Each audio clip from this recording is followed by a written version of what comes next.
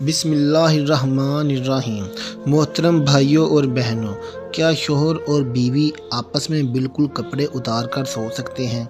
آج اسی کے بارے میں معلومات آپ کے سامنے پیش کرنے جا رہا ہوں۔ میں اپنے تمام دوستوں سے گزارش کروں گا کہ ویڈیو کو مکمل دیکھیے گا تاکہ آپ اس بارے میں مکمل طور پر آگاہ ہو سکیں۔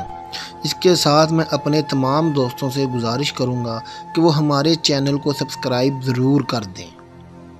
محترم بھائیوں، بیوی کو بغیر لباس کے دیکھنا، شوہر اور بیوی ایک دوسرے کو لباس کے بغیر دیکھنے کے بارے میں پیارے نبی صلی اللہ علیہ وآلہ وسلم نے کیا ارشاد فرمایا؟ عبد الرحمن بن زیاد کی حضرت سعد بن مسعود الکندی سے روایت نقل کی گئی ہے کہ عثمان بن مظعون رضی اللہ تعالیٰ عنہ نبی کریم صلی اللہ علیہ وسلم کے پاس تشریف لائے اور فرمایا، اے اللہ کے رسول، میں یہ پسند نہیں کرتا کہ میں اپنی بیوی کے ستر کی طرف دیکھوں، اور نہ یہ پسند کرتا ہوں کہ وہ میرے ستر کی طرف دیکھے۔ تو حضور صلی اللہ علیہ وسلم نے ارشاد فرمایا، بے شک اللہ تعالیٰ نے اسے تمہارا اور تمہیں اس کا لباس بنایا ہے، اور میں ان کی یعنی حضور صلی اللہ علیہ وسلم کی ازواج یہ چیز دیکھتا ہوں اور وہ میری یہ چیز دیکھتی ہیں۔ تو حضرت عثمان بن مظعون رضی اللہ تعالیٰ عنہ کہنے لگے، تو آپ صلی اللہ علیہ وسلم کے بعد کون شخص زیادہ بہتر ہے؟ محترم بھائیوں اور بہنوں، حدیث شریف میں بالکل برہنہ ہونے کی ممانعت ورد ہے، اس لیے حیا کا تقاضا یہ ہے بالکل برہنہ نہ ہو بلکہ چادر وغیرہ اوڑھ لیا کریں، لیکن ایک دوسرے کی شرمگاہ پر نگاہ نہ ڈالیں، اور شرمگاہ کے علاوہ ہر جگہ بوسہ لے سکتے ہیں۔ مرد عورت کو چاہیے کہ وطی کرتے وقت دونوں ایک دم بے قابو نہ ہو جائیں بلکہ کچھ حیا کا بھی پاس رکھیں۔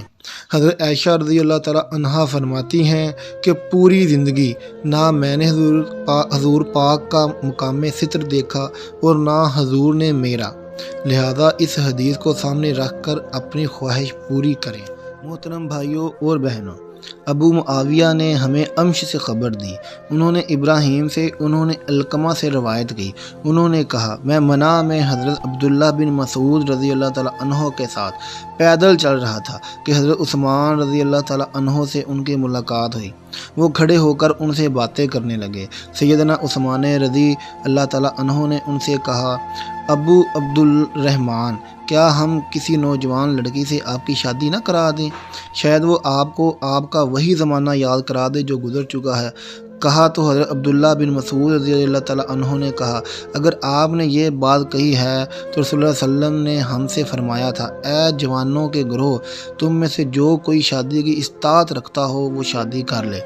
یہ نگاہ کو زیادہ جھکانے والی اور شرمگاہ کی زیادہ حفاظت کرنے والی ہے، اور جو استطاعت نہیں رکھتا وہ روزے کو لازم کر لے۔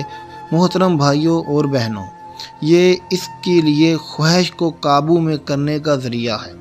حضرت انس رضی اللہ تعالیٰ عنہ سے روایت ہے کہ نبی صلی اللہ علیہ وسلم کے صحابہ میں سے کچھ لوگوں نے نبی صلی اللہ علیہ وسلم کی ازواج مطہرات سے آپ کی تنہائی کے معلومات کے بارے میں سوال کیا۔ پھر ان میں سے کسی نے کہا، میں عورتوں سے شادی نہیں کروں گا، کسی نے کہا میں گوشت نہیں کھاؤں گا، اور کسی نے کہا میں بستر میں نہیں سوؤں گا۔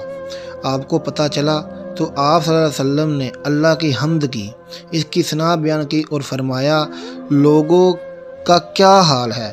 انہوں نے اس طرح سے کہا ہے، لیکن میں تو نماز پڑھتا ہوں اور آرام بھی کرتا ہوں، روزے بھی رکھتا ہوں اور افطار بھی کرتا ہوں، اور عورتوں سے نکاح بھی کرتا ہوں۔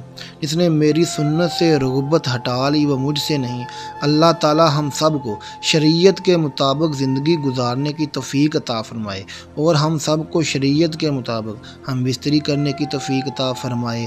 اللہ تعالی ہم سب کو اس ناپاک کام سے بچائے جو شریعت نے ہمیں منع فرمایا ہے۔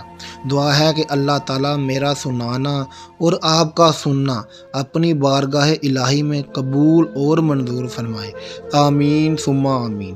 تمام دوستوں سے گزارش ہے کہ نیچے کمنٹ میں اللہ کے ناموں میں سے کوئی ایک نام ضرور لکھ دیں۔ بہت شکریہ۔